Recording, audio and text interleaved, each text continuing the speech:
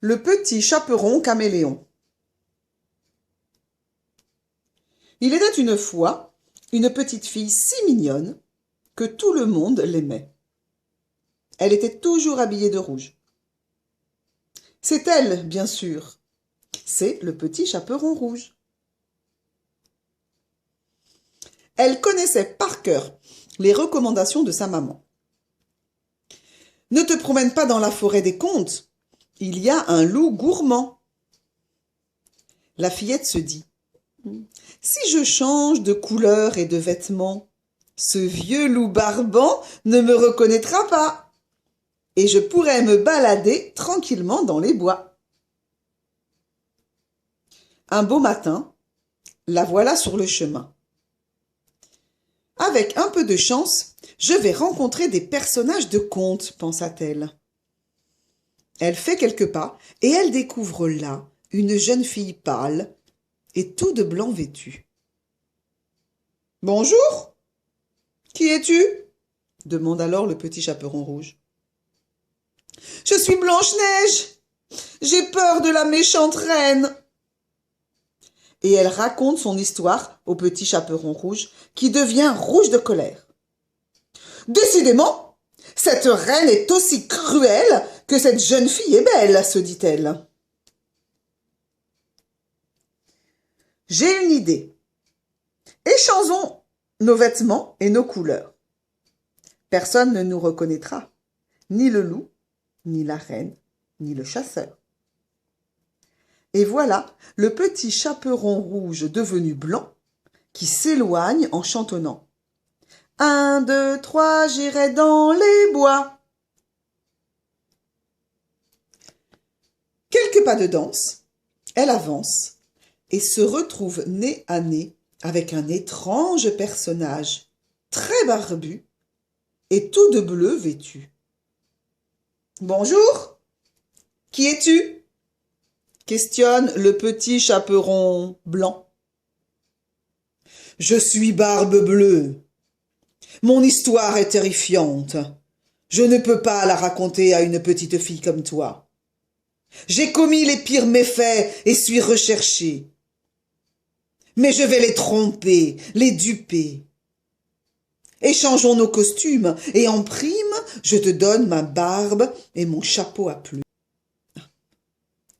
La fillette, qui a une peur bleue de cet homme-là, ne se le fait pas dire 2 fois. Et voilà le petit chaperon blanc devenu bleu. C'est une jolie couleur, se dit la petite fille en cueillant des fleurs. Toute occupée à son beau bouquet, elle ne voit pas 2 yeux qui l'observent.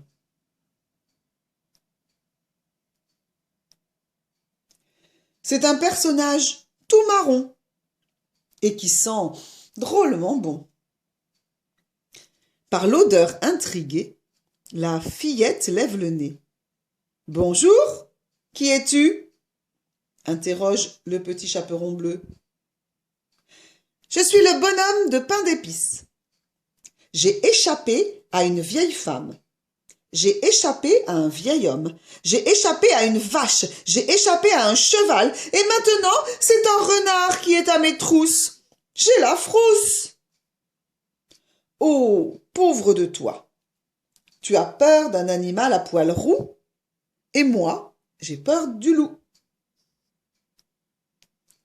Échangeons nos habits et nos couleurs, et quand ils nous chercheront, ce sont eux qui seront marrons. Et hop, voilà le petit chaperon bleu devenu marron. Tout à coup, surgit un petit cochon. C'est un joli petit cochon, tout de rose vêtu. « Bonjour, qui es-tu » demande le petit chaperon marron. « Je suis un des 3 petits cochons. Un loup se promène dans les sentiers. Je dois me construire une maison en bois pour m'y réfugier. Mais toi, que fais-tu là, avec ton habit couleur chocolat ? Moi aussi, j'ai peur de cet animal poilu et sans cœur. Alors je change de couleur. D'ailleurs, j'adore ta tenue, ta casquette, ta salopette et tes chaussettes. Dis, tu me les prêtes? Ainsi vêtu, le petit chaperon voit la vie en rose. Je préfère ressembler à une fraise des bois plutôt qu'à une tablette de chocolat. Perdue dans ses pensées, elle se retrouve face à un cavalier masqué, tout de noir vêtu. « Bonjour, qui es-tu » questionne le petit chaperon rose. « Comment cela? Tu ne me reconnais pas? Je suis Zorro. Pas un zéro, mais un héros. Mon nom, je le signe à la pointe de l'épée. Oh, tu ne me fais pas peur. J'aime bien ta cape et ta couleur, car le noir, ça me rappelle une histoire. Le petit chaperon noir. Et si nous échangions nos costumes et nos couleurs?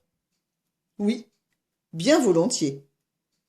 Car tu ne vas pas le croire, mais avec ce costard, je commençais à broyer du noir. Et le petit chaperon rose devient petit chaperon noir.